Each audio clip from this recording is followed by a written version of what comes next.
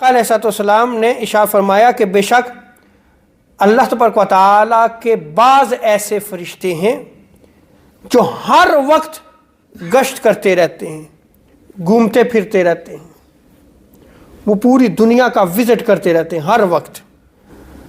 और हुज़ूर इरशाद फरमाते हैं कि उनकी ड्यूटी क्या है, वो क्यों घूमते फिरते रहते हैं, क्यों गश्त करते हैं। उनकी ड्यूटी सिर्फ ये है कि मुझे मेरी उम्मत का सलाम पहुंचाते हैं।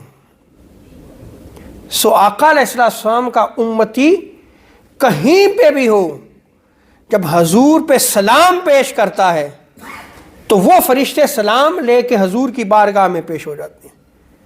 या रसूल अल्लाह, आपके फला उम्मती ने ये सलाम पेश किया है।